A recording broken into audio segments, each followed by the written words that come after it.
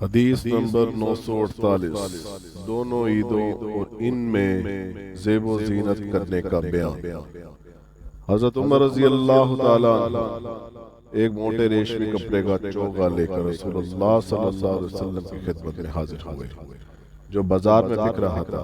کہنے لگے، یا رسول اللہ صلی اللہ علیہ وسلم، آپ اسے خرید لیجئے اور عید اور وفد کی پذیرائی کے لیے اسے پہن کر زینت فرمایا کیجئے۔ اس پر رسول اللہ صلی اللہ علیہ وسلم نے فرمایا کہ یہ تو وہ پہنے گا جس کا آخرت میں کوئی حصہ نہیں۔ اس کے بعد جب تک اللہ نے چاہا عمر رہی۔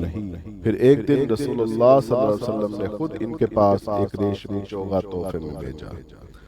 حضرت عمر رضی اللہ تعالیٰ عنہ اسے لیے ہوئے آپ صلی اللہ علیہ وسلم کی خدمت میں حاضر ہوئے اور کہا کہ یا رسول اللہ صلی اللہ علیہ وسلم، آپ نے تو یہ فرمایا کہ اس کو وہ پہنے گا جس کا آخرت میں کوئی حصہ نہیں، پھر آپ نے یہ میرے پاس کیوں بھیجا؟